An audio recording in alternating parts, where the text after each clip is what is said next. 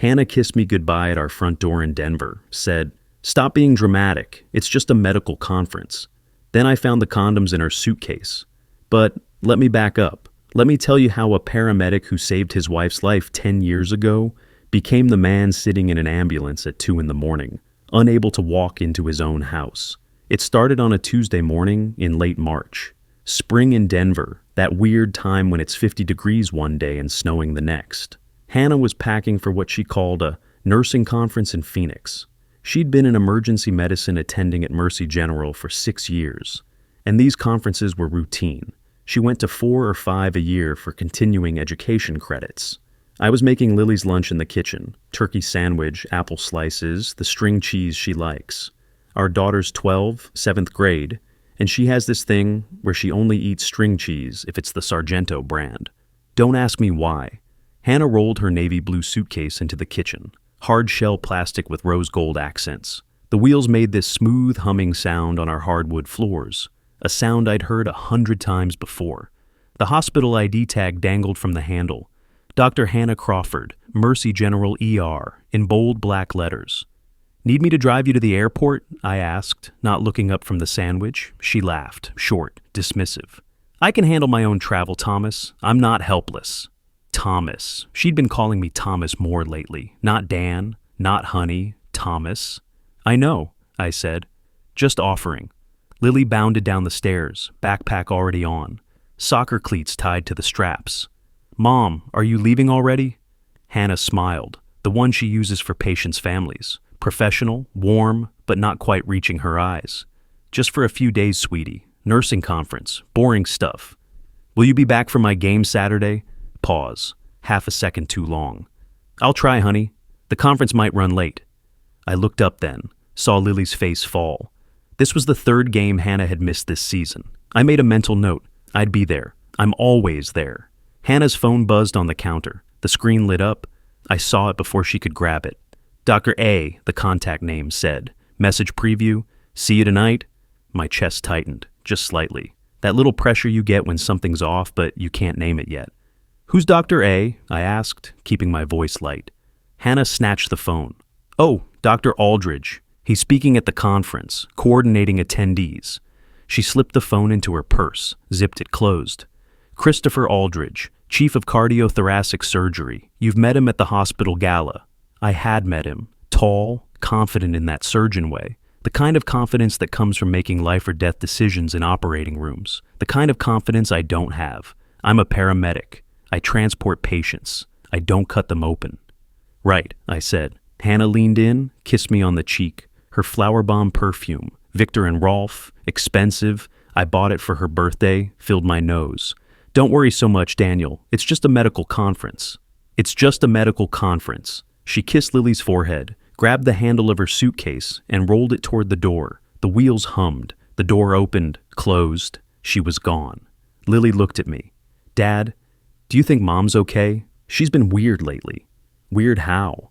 "I don't know, just distant, like she's thinking about something else all the time." I wanted to tell her she was imagining it. I wanted to tell her everything was fine, but I've never been good at lying to my daughter. "People get stressed at work," I said instead. "Your mom saves lives in the ER every day. That's heavy."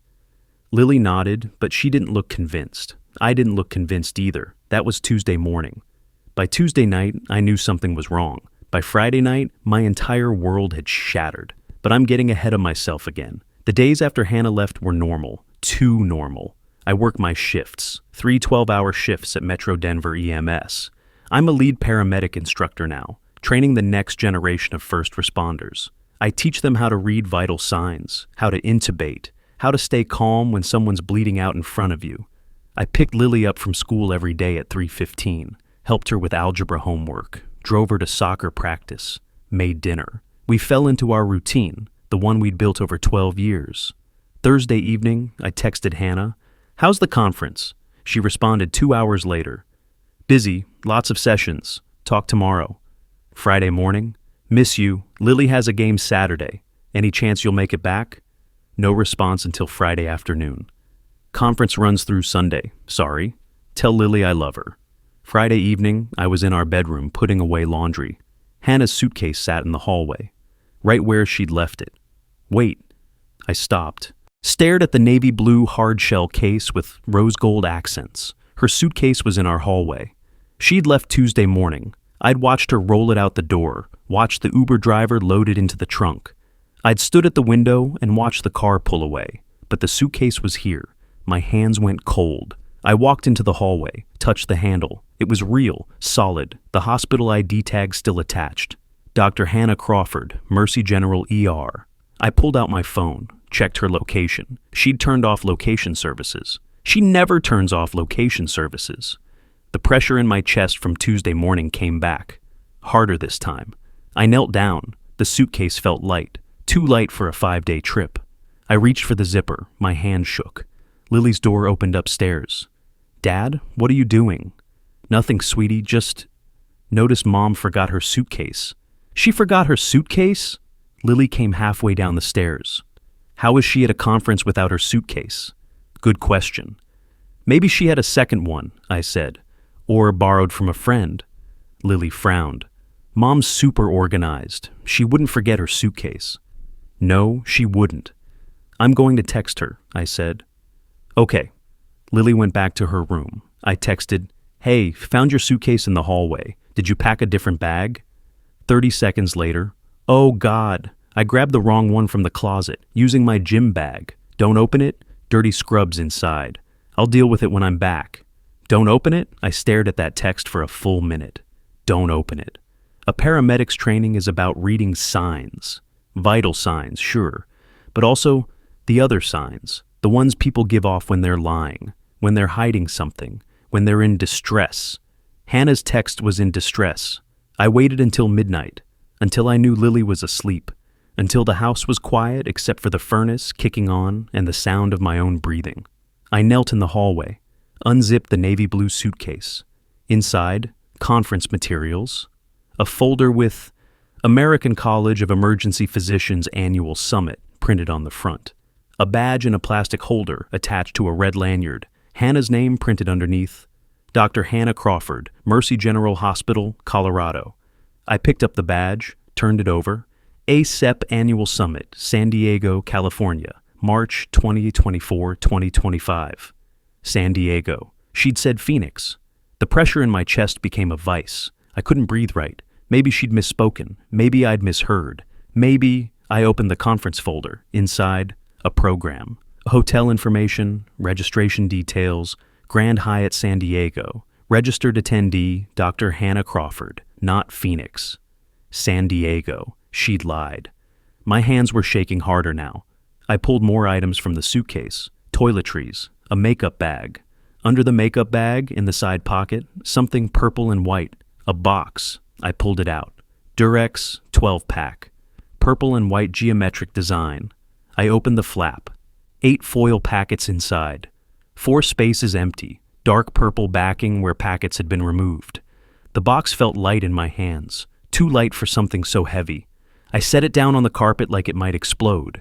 Stared at it. Counted the empty spaces again. 1, 2, 3, 4. 4 condoms missing from my wife's suitcase for a conference. In San Diego, not Phoenix. The room tilted. I sat down hard on the floor, my back against the wall, the suitcase open in front of me, the conference badge, the hotel information, the box. My phone was in my hand. I don't remember picking it up. Hannah's name was on the screen. My thumb hovered over the call button. I couldn't press it. If I called her, she'd have an explanation. She'd tell me I was being paranoid. She'd make me feel crazy for even questioning her. She'd say, my phone buzzed, Hannah calling. I stared at her name on the screen, watched it ring once, twice, 3 times. I couldn't answer. 4 rings, 5, voicemail. 10 seconds later, a text. Daniel, you okay? Saw you texted late. Call me if you need anything. I typed, I'm fine, just checking on the suitcase. Talk tomorrow. Sent. 3 dots appeared, disappeared, appeared again. Hannah. Okay, love you. I didn't respond. I sat on our bedroom floor until 3 in the morning, the condom box in one hand, the hotel receipt in the other. I'd found it in the front pocket. Thermal paper with a Grand Hyatt logo embossed at the top. Phoenix, she'd said. The badge said San Diego. I'd been married to this woman for 10 years, loved her for 11, saved her life 10 years ago when she was a medical student, and her Honda Civic got T-boned at an intersection. I'd been the paramedic who responded. I'd pulled her from the wreckage. She'd looked at me with those eyes, terrified, grateful, alive, and said, "You're my hero." 2 months later, we were dating. A year after that, engaged. She'd promised me, standing at the altar, "You saved my life. I'll spend the rest of mine making sure you never regret it." I thought I knew her. I didn't know her at all. Saturday morning, I called in sick to work. First time in 3 years. Told my supervisor I had the flu. He said, "Take care of yourself, Dan. You never take sick days. Must be bad." It was bad. Lily had a soccer game at 10. I went, stood on the sidelines with the other parents, watched her score a goal, cheered, took a picture, texted it to Hannah, no response. After the game, Lily asked, "Did you send it to Mom?" "Yeah, sweetie." She didn't respond. She's probably in a session. You know how these conferences are. Phone's off. Lily looked at her cleats. She's missed 3 games this season. I know. You've been at all of them. That's what dads do. She hugged me then. Tight. "You're my hero, Dad." My throat closed up. I couldn't speak for a few seconds. When I could, I said, "Let's get ice cream." We got ice cream. Saturday afternoon, I did what paramedics do. I investigated. I took the hotel receipt from the Suitcase. Grand Hyatt San Diego, premium suite 2147, 4 nights. I called the hotel. "Grand Hyatt San Diego, how may I help you?" "Hi, I'm trying to confirm a reservation for my wife. She stayed with you last week. Dr. Hannah Crawford." Keys clicking. Pause. "I'm sorry, sir. I don't see a reservation under that name." "Can you check again? March 20th through the 24th? More clicking. "No, sir. No Hannah Crawford in our system for those dates." The vice tightened. Can you check under a different name? "Christopher Aldridge?" Longer pause. "Sir, I can't give out guest information for privacy reasons, but I can confirm we had a guest by that name during those dates." "What room?" "I really can't. Please, I'm trying to find my wife." The person on the other end sighed. "Suite 2147. The receipt in my hand said, "Suite 2147. "Thank you," I whispered. I hung up. Christopher Aldridge, Chief of Cardiothoracic Surgery. The man at the top of Mercy General's hierarchy. The man who'd texted Hannah, "See you tonight," before she left. The man who'd shared a premium suite with my wife for 4 nights in San Diego while she told me she was at a nursing conference in Phoenix. I sat in my home office, stared at the wall. My paramedic badge was on the desk, gold-colored metal, number 247, with a small dent in the upper right corner from 4 years ago, when I'd done CPR compressions on a drowning kid. The badge had taken the impact when I braced against the pool deck. The kid lived. I'd saved a life that day. Now, I stared at that dented badge and thought, I'm just a paramedic. Christopher Aldridge is Chief of Cardiothoracic Surgery. I make $68,000 a year. He makes probably $500,000. I transport patients. He opens their chests and repairs their hearts. Of course she chose him. I'm just a paramedic. Sunday evening, I worked a shift, 12 hours, 6 p.m. to 6 a.m. Monday morning. We transported 3 patients, a construction worker with a compound fracture, an elderly woman with chest pain, a teenage kid who'd overdosed at a party. I did my job. I stayed calm. I intubated. I stabilized. I radioed ahead to the ER. At 5:47 a.m., we pulled into the Mercy General ambulance bay. I helped wheel the teenager inside. The ER was busy, night shift wrapping up, nurses rushing between rooms, doctors writing orders. I saw her. Hannah, in her white coat, standing at a computer terminal, typing notes. She looked up, saw me, smiled, waved, like everything was normal, like she hadn't spent 4 nights in San Diego with another man. I couldn't move. My feet were cement. My partner Rodriguez nudged me. "You okay, Dan?" "Fine," I managed. Hannah walked over.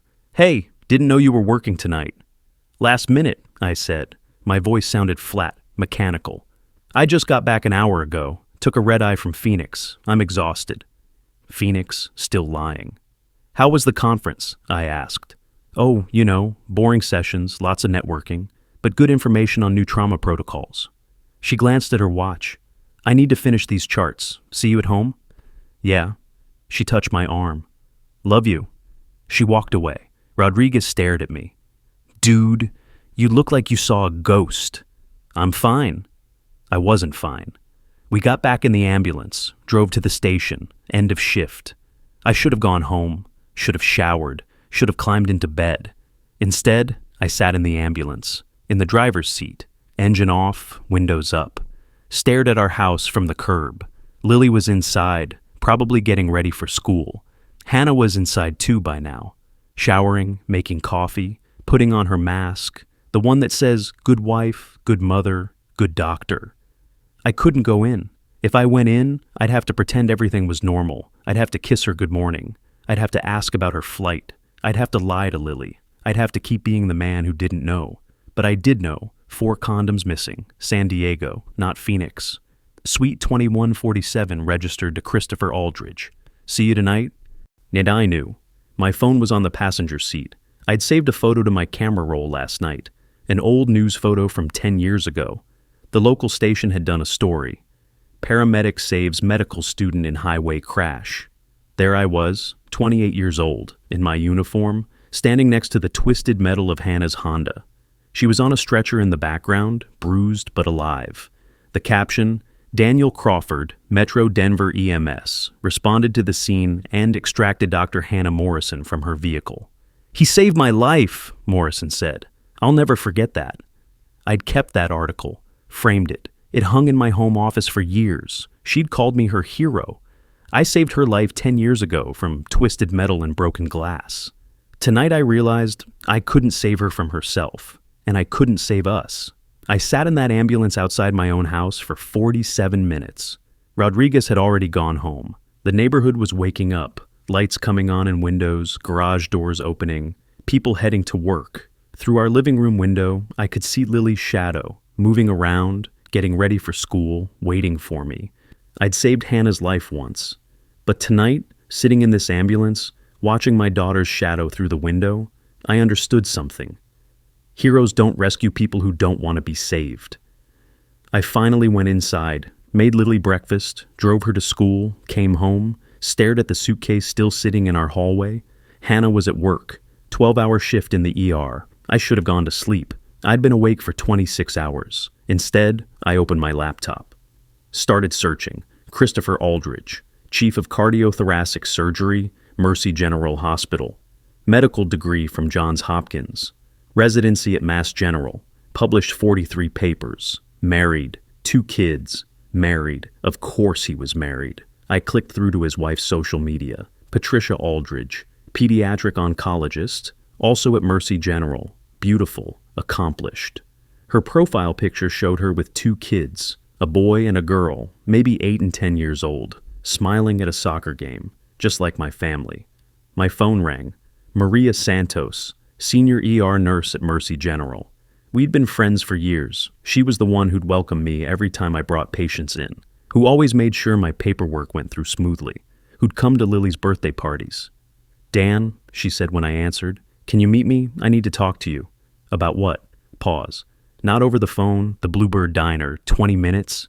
Maria, please, something in her voice. Okay. 20 minutes later, I slid into a booth across from her. The Bluebird was nearly empty. Mid-morning lull. Coffee brewing. Someone's egg sizzling on the griddle. Maria looked terrible. Eyes red, like she'd been crying. What's wrong? I asked. She reached into her purse, pulled out a manila folder, set it on the table between us. I'm sorry, she said. I'm so sorry, Dan. Sorry for what? She pushed the folder toward me. Hannah left her work phone in the break room 2 days ago. Someone, I don't know who, accessed it, printed these. They showed up in my locker yesterday with a note. Give these to her husband.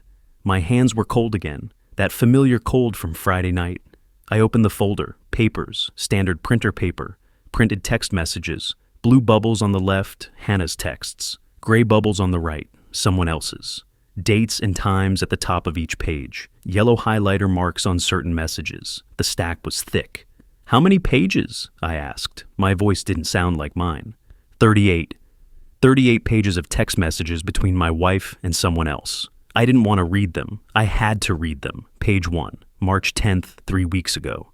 Hannah, Christopher, last night was perfect. Thomas is working late again. He never notices. Christopher, he's a fool if he doesn't see what he has. Hannah, he's not a fool. He's just comfortable, safe, boring.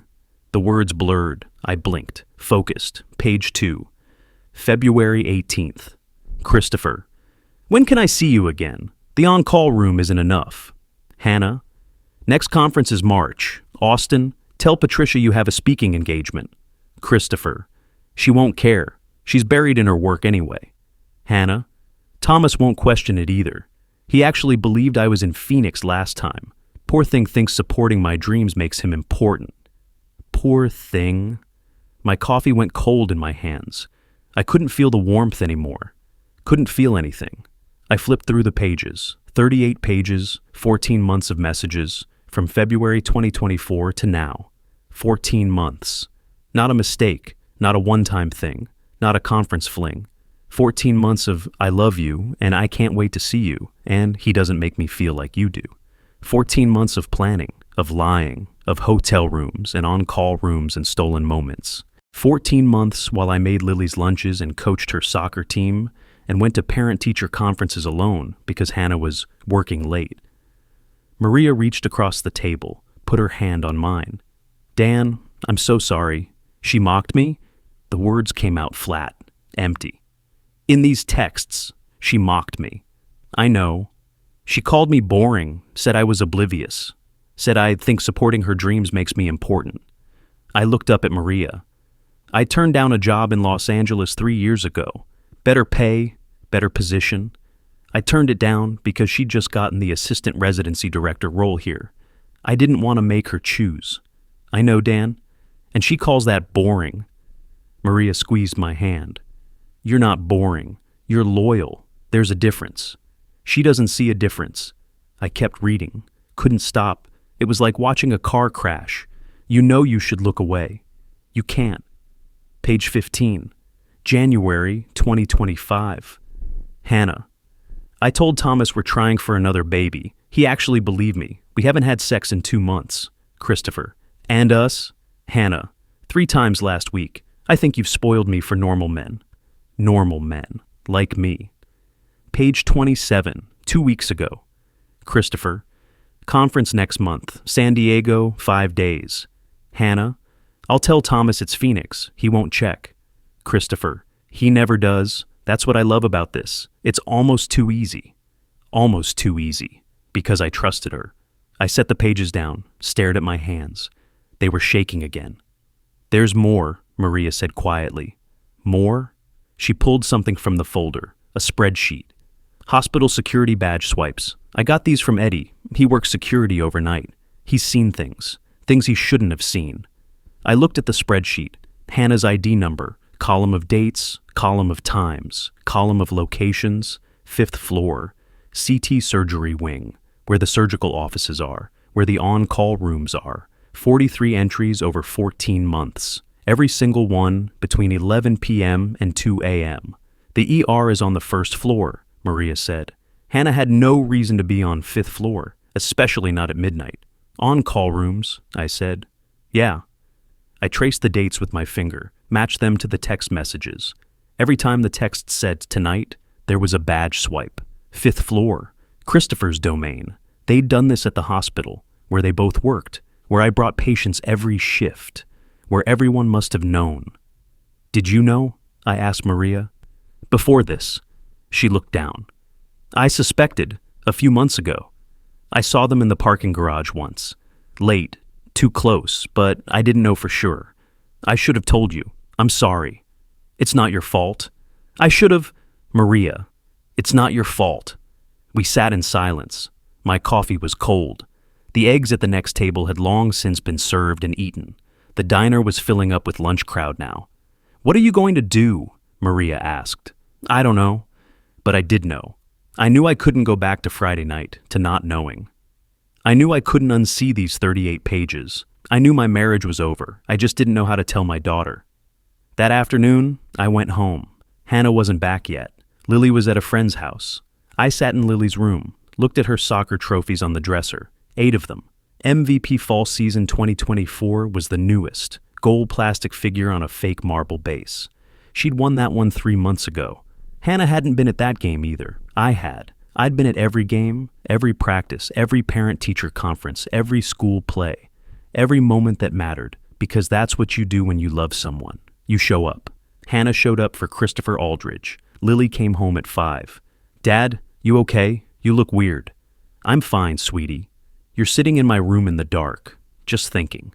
She sat down next to me on the bed. Is it Mom? Is she okay? Why do you ask? I don't know. You've been weird since she got back, and she's been weird for months. Smart kid. Too smart. Everything's okay, I lied. You're lying. Lil, Dad, I'm 12, not stupid. Something's wrong. I wanted to tell her, wanted to unload this weight. But how do you tell your 12-year-old daughter that her mother? The bathroom door opened down the hall. Hannah, home from work. Daniel, you home? Yeah, I called back. Lily? In here with Dad. Hannah appeared in the doorway, still in her scrubs, hair pulled back. She looked tired, genuinely tired. Hey guys, what's going on? Dad's being weird, Lily said. Hannah's eyes met mine. Something flashed across her face, too quick to name. Weird how? Just quiet, sitting in the dark. Long shift, I said. I'm tired. Hannah nodded slowly. Yeah, me too. She looked at Lily. Homework done? Most of it. Finish it up. Dinner in an hour. Lily left. Hannah stayed in the doorway. Neither of us moved. You sure you're okay? She asked. Fine. Daniel, I said I'm fine. She studied me for a long moment, then nodded. Okay. She left. I sat there in Lily's room, surrounded by soccer trophies and school photos, and the normal debris of a 12-year-old's life. This was going to destroy her, and there was nothing I could do to stop it. Tuesday morning, Lily came downstairs for breakfast, stopped in the bathroom. A few seconds later, I heard her voice. Dad, can you come here? I went to the bathroom door. She was standing there holding something pink and white, plastic, digital screen, a pregnancy test. What is this? She asked. I found it in the trash. My mouth went dry. I took it from her, read the digital display. Pregnant 2 to 3 weeks? My mind calculated, automatic, paramedic training, timeline analysis. Hannah and I hadn't been intimate since early February, 6 weeks ago. She'd said she had a headache, then she was tired, then her schedule was off, then 6 weeks. The test said 2 to 3 weeks pregnant. It wasn't mine. Dad? Lily's voice was small, scared. Is Mom sick? Why would she take a pregnancy test? I couldn't speak. My throat had closed up completely. Dad? It's something I need to talk to Mom about. But you guys aren't trying for a baby, right? You told me you were done after me. My voice sounded like someone else's. Sweetie, I need to handle this with Mom, okay? Is she okay? She's fine. You're lying again. Lily, everyone's lying to me. Her voice cracked. Mom's been gone all the time.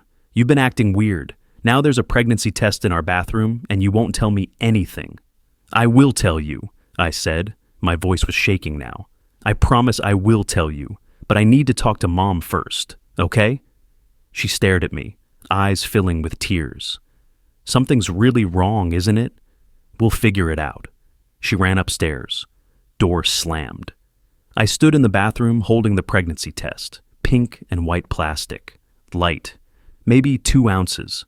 The battery inside made a small rattling sound when I turned it over. Pregnant 2 to 3 weeks. Not mine, Christopher's. The affair had made a baby. My phone rang. Unknown number. I almost didn't answer, but paramedic training, always answer, could be an emergency. Hello? Mr. Crawford? A woman's voice, professional, controlled. You don't know me. I'm Patricia Aldridge, Christopher's wife. The world tilted. How did you get my number? Hospital directory. I'm a pediatric oncologist at Mercy General. Pause.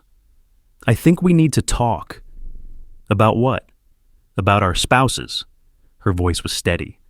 Too steady. The kind of steady you use when you're barely holding it together. I hired a private investigator 3 weeks ago. I've been tracking Christopher's movements. I have footage of them together.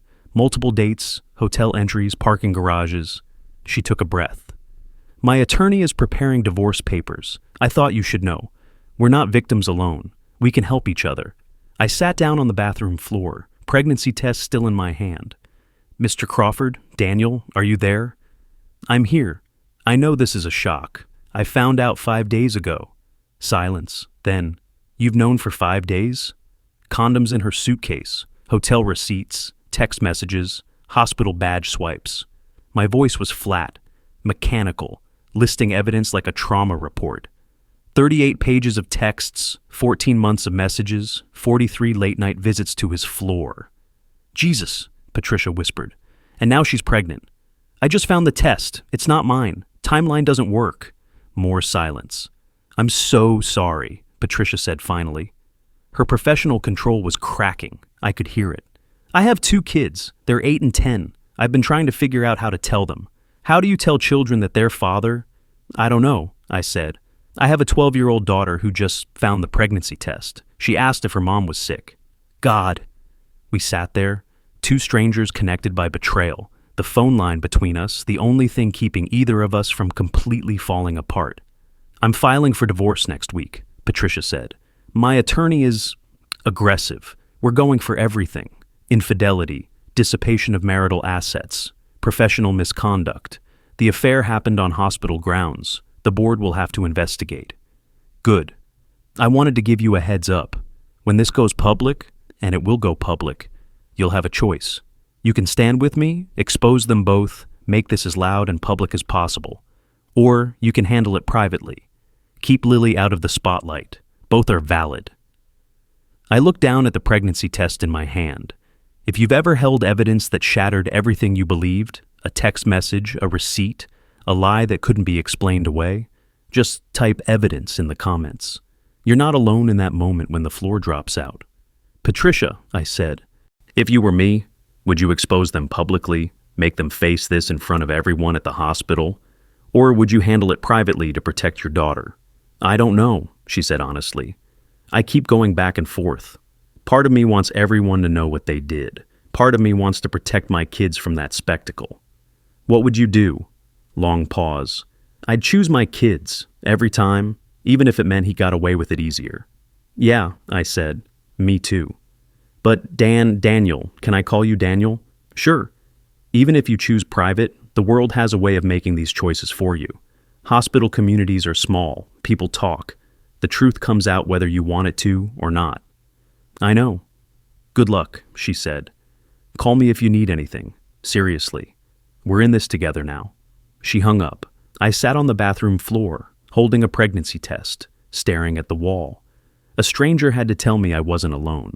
That's when I knew. Everyone had known. The hospital had known. The nurses, the doctors, the staff. They'd all seen Hannah and Christopher together. They'd all known. And no one had told me, because I was just the paramedic who dropped off patients and left. I wasn't important enough to tell. That night, I waited until Lily was asleep. Came downstairs. Hannah was in the kitchen, looking at her phone. I put the evidence on the table.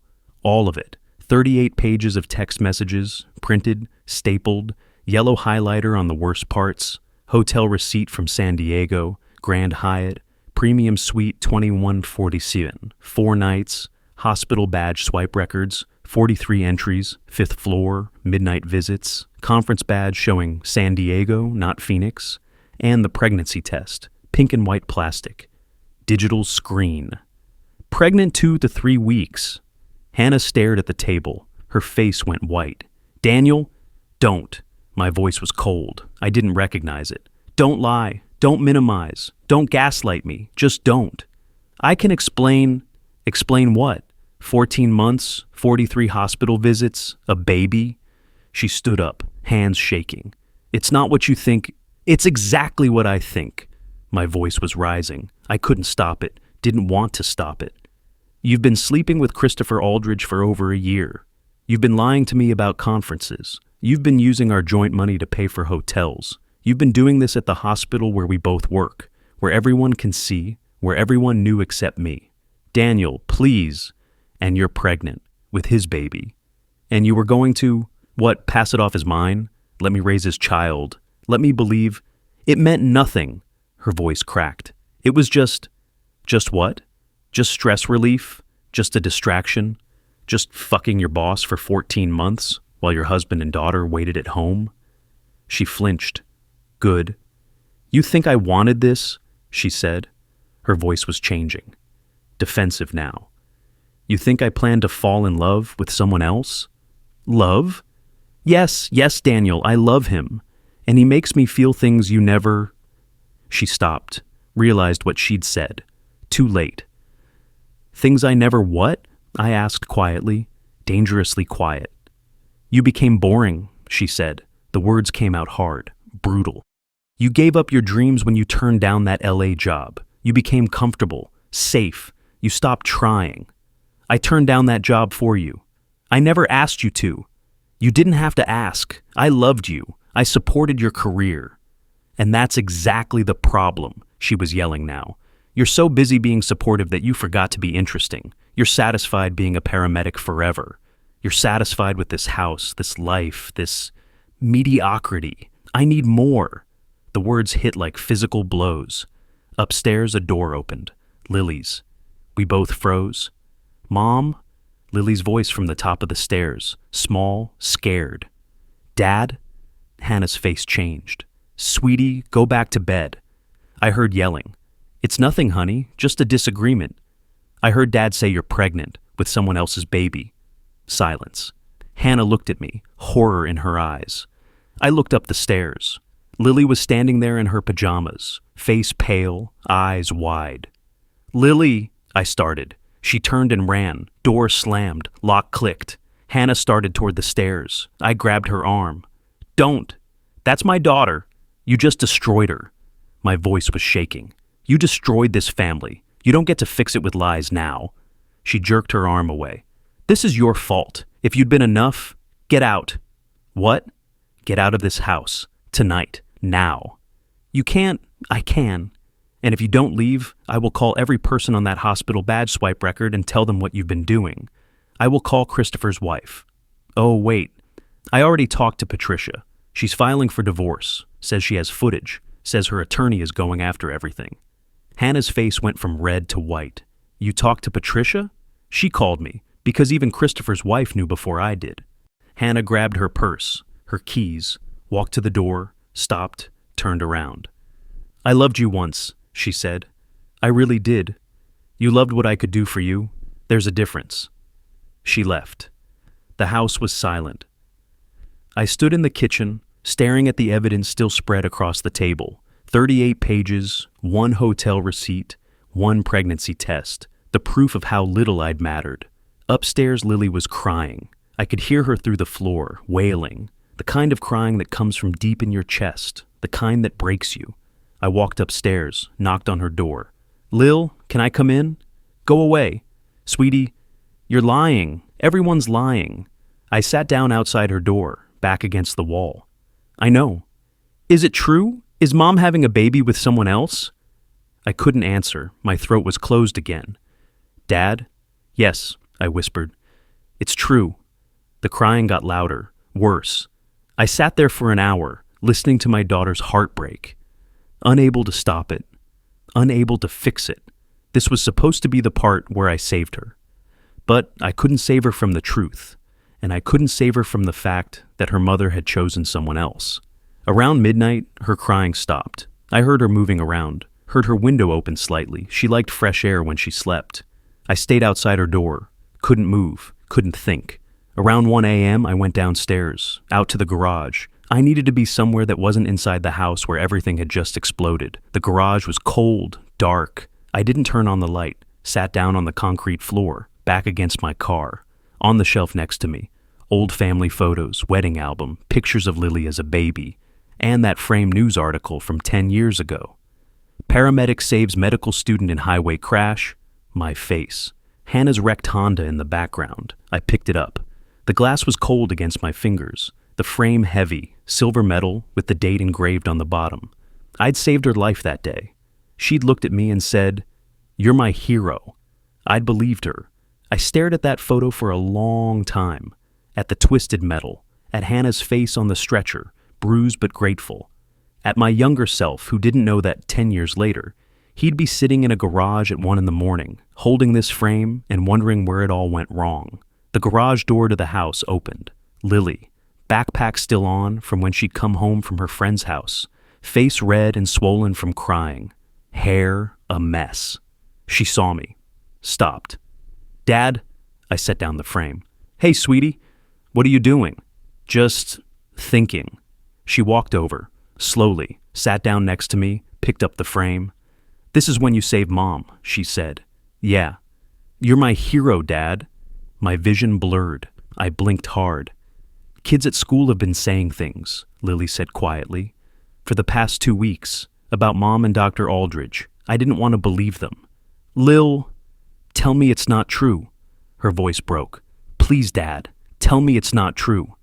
I looked at her, 12 years old, still had her backpack on, eyes desperate for me to lie. I couldn't. My silence was the answer. "No!" she screamed, through the frame. It hit the wall. Glass shattered. "No! You're lying!" She ran, back through the garage door, up the stairs. Her bedroom door slammed so hard the house shook. I sat there, surrounded by broken glass and scattered photos and the wreckage of what used to be my family. I'd run into burning buildings to save people, but I couldn't save my daughter from this. I couldn't save her from the truth. And that was the moment I failed as her father.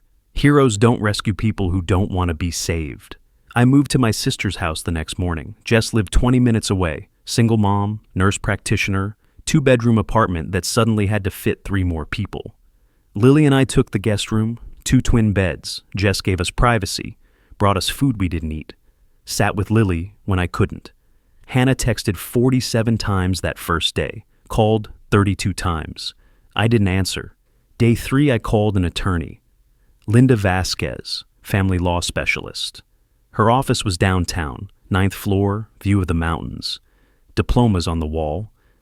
23 years of experience. I sat across from her desk. Jess came with me, moral support. "Tell me everything," Linda said. I did. The suitcase, the conference lie, the condoms, the texts, the badge swipes, the pregnancy test, Christopher Aldridge, Patricia's call. Linda took notes, didn't interrupt. When I finished, she set down her pen. "This is going to be expensive," she said, "emotionally and financially. Are you prepared for that?" "I don't care about the cost." "You should. Hannah makes significantly more than you. She'll hire aggressive counsel. This will get ugly." "It's already ugly," she nodded. "Okay, here's what we do. We file for divorce with fault, adultery. Colorado is a no-fault state, so that won't affect the divorce itself. But it matters for asset division. Those hotel bills, conference trips, she paid for those with joint funds. That's dissipation of marital assets. We can argue she wasted marital property on the affair. Good. The pregnancy complicates things. We need a DNA test. Court ordered. If Christopher Aldridge is the father, and based on your timeline he is, that changes custody considerations. Shows pattern of deception. "Lily," I said, "I want primary custody of Lily. Based on what you've told me, you're the primary caregiver. You've been present for school events. You have stable housing with your sister. We have a strong case. But Hannah will fight. Mothers usually get custody presumption in Colorado. Even mothers who cheat and lie and get pregnant with someone else's baby? The affair doesn't automatically disqualify her as a parent. Courts care about the child's best interest, not punishing bad spouses. Then what matters? Who shows up? Who's been there? Who Lily wants to live with?" Linda leaned forward. At 12, her preference carries significant weight. The judge will interview her. It won't be fun. She'll have to choose between her parents publicly. My stomach turned. I don't want to put her through that. "You won't be. Hannah already did." Fair point. "There's one more thing," Linda said. "The affair happened at the hospital, on hospital property, between an attending physician and a department chief. That's a violation of professional conduct policies. Patricia Aldridge's attorney is filing a complaint with the hospital board. They'll have to investigate. What happens then? Depends. Could be nothing, could be suspension, could be termination. Hospitals take workplace affairs seriously, especially when there's a power differential. Christopher's her superior. Exactly. And if the board investigates, that becomes public record. Everyone at the hospital will know. I thought about Maria, about the nurses who'd whispered, about every time I'd walked into that ER and people had looked away. They already knew. Do it, I said. File everything, the divorce, the DNA test, the complaint, all of it. This will take months, maybe a year. Can you handle that? I looked at Jess. She squeezed my hand. I can handle it. Linda opened a folder, slid papers across her desk. Petition for dissolution of marriage. Page 12. You'll see the grounds listed. Page 18. Proposed parenting plan. We're asking for primary physical custody. Hannah gets alternating weekends and 1 weeknight. Read through everything. Sign where marked. I read. It was surreal, seeing my marriage reduced to legal language. Petitioner and respondent. Irreconcilable differences. Equitable division of marital property.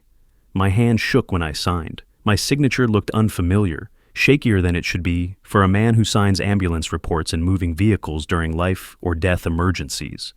But this was life or death, just a different kind. One more thing, Linda said. She pulled out another document. Petition for paternity testing. The court will order Hannah and Christopher to submit DNA samples. Results typically take 2 weeks. And then we know for sure. Then everything changes. I signed that too. 2 weeks later, the DNA results arrived. Linda called me. Can you come to the office? Just tell me over the phone. I'd rather you be here. Linda, it's better in person, trust me. I drove downtown. Jess watched Lily. I took the elevator to the 9th floor, walked into Linda's office. The envelope was on her desk. Medical grade thick paper. Official seal from the state lab. I stared at it. How long have you been looking at that? I asked. 4 minutes, waiting for you. You haven't opened it? It's addressed to you. I sat down, picked up the envelope. It was heavier than it should be. How could something so small weigh so much? The wall clock ticked. 30 seconds. 45, 60. Daniel, Linda said gently, you need to open it. I tore the seal, pulled out the paper. Laboratory letterhead, official stamps, bar graphs, and probability percentages. My eyes found the relevant section. Alleged father, Daniel Crawford. Probability of paternity, 0.0%. Conclusion, Daniel Crawford is excluded as the biological father. Below that, alleged father, Christopher Aldridge. Probability of paternity, 99.97%. Conclusion, Christopher Aldridge is not excluded as the biological father. I set the paper down, carefully, like it might shatter. She was going to let me raise his child, I said. My voice was flat, distant. She was going to let me believe it was mine. Linda was quiet. That's not just betrayal, I continued. That's not even just lying. I couldn't find the word. Evil, Linda said quietly. That's when betrayal becomes something worse than infidelity. That's when it becomes evil. Yeah, she gave me a minute. Then, this helps us, significantly. Shows pattern of deception. Shows she was willing to commit paternity fraud. The judge will see this. What about Christopher? He'll be legally established as the father. That means child support obligations, custody arrangements with Hannah, his name on the birth certificate. She paused. And Patricia's attorney will use this in their divorce. He got another woman pregnant while married. That matters. Good. Daniel, are you okay? No.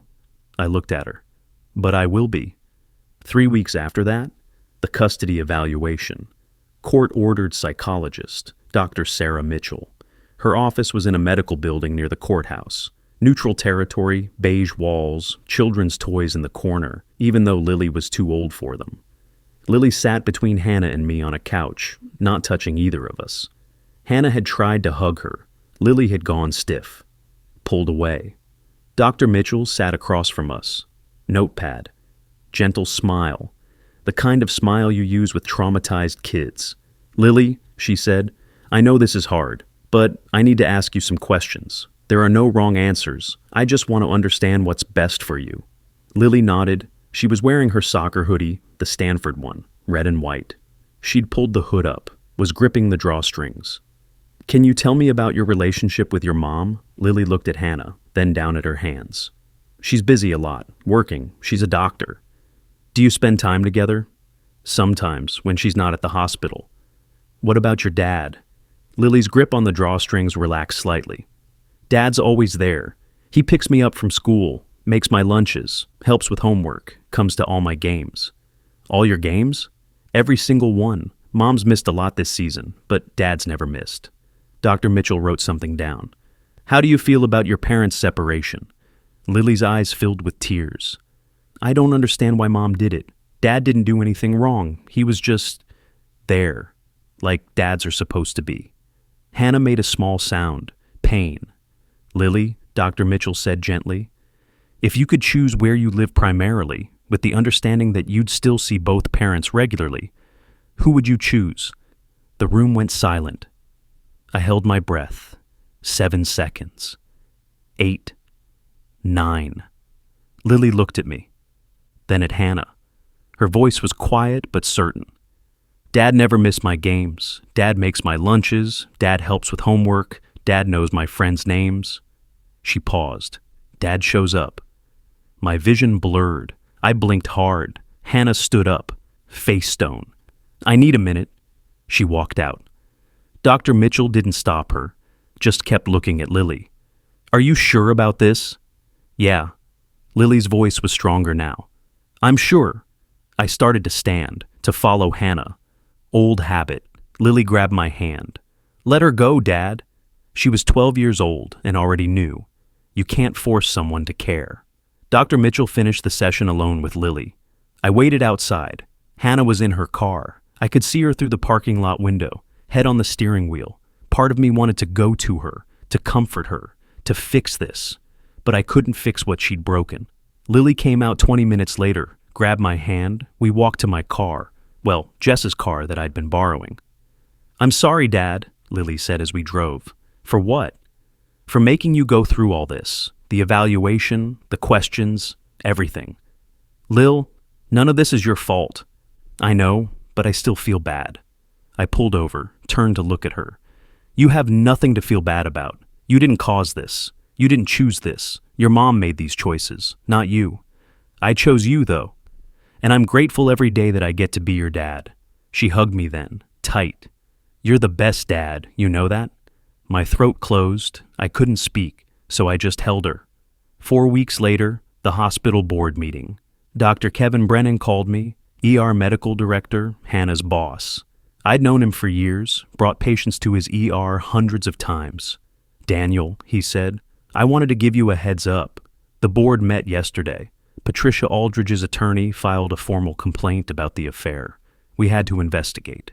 And Hannah's been suspended for 2 months without pay. When she returns, she'll be on probation for 1 year. Any further violations, and she's terminated. What about Christopher? Pause. Formal reprimand. Letter in his file. That's it? A letter? He's on the hospital board. He's chief of CT surgery. His position protects him to some degree. That's not fair. No, Dr. Brennan said. It's not. But Daniel, there are other consequences. Every surgeon in his department is refusing to work with him. His referrals have dropped 80%. No one wants to send their patients to a surgeon they can't trust. And Patricia took the kids to California, filed for divorce there. She's well connected. Pediatric oncology community is tight. Word spread. What about the hospital gala? It happened last week. We raised $4 million instead of our $2 million goal. A lot of major donors stayed away. The scandal affected fundraising. He paused. Sometimes social justice is more powerful than institutional justice. Yeah? How are you doing? Dr. Brennan asked. I got primary custody, 70-30 split. Lily lives with me. I'm glad. And Daniel, I'm sorry. I should have said something earlier. I suspected, but I didn't know for sure. I should have. It's not your fault. Still, I'm sorry. After I hung up, I sat in Jess's apartment. Lily was at school, Jess was at work, I was alone. The mail had come, mixed in with bills and junk, an offer letter, Denver Free Clinic, Director of Emergency Medical Services, salary $88,000, $20,000 more than I made at Metro EMS. Better hours, weekends off, meaningful work serving underserved communities. I'd applied on a whim 3 weeks ago. Hadn't really thought I'd get it. I called the number. This is Daniel Crawford. I received your offer letter. Mr. Crawford, we're so excited. Have you had a chance to review? I have. And I accept.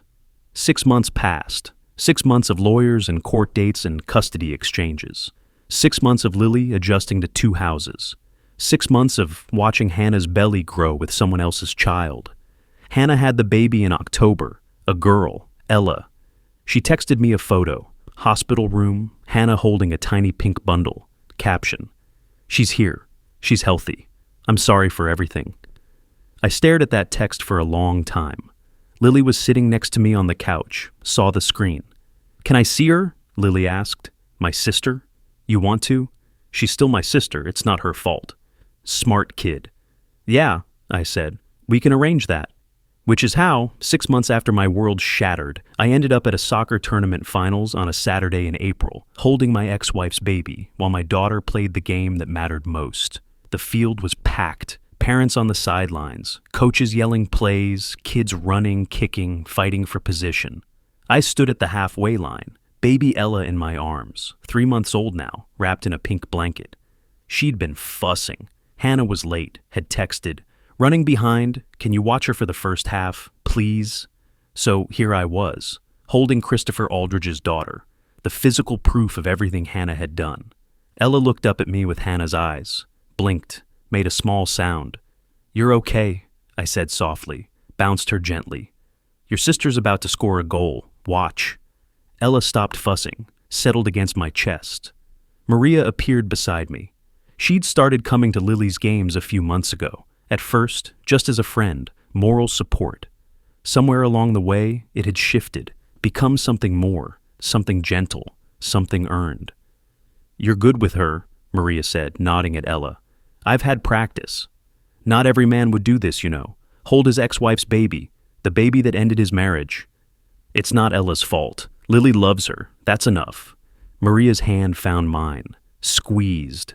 On the field, Lily had the ball, dribbling past defenders. She'd gotten so good this season, stronger, faster, like she'd taken all the pain and channeled it into something productive. She wound up, kicked.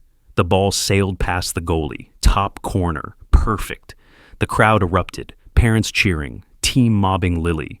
She looked over at me, saw me holding Ella, grinned. I grinned back. The ref blew the final whistle. Lily's team won, tournament champions.